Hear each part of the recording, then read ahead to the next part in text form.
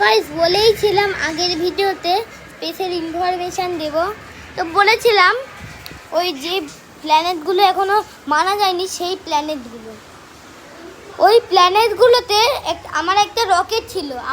আমি বলেছি আমার ফোনে একটা গেম ছিল, সেইখান থেকে ইনফরমেশানগুলো জেনেছি।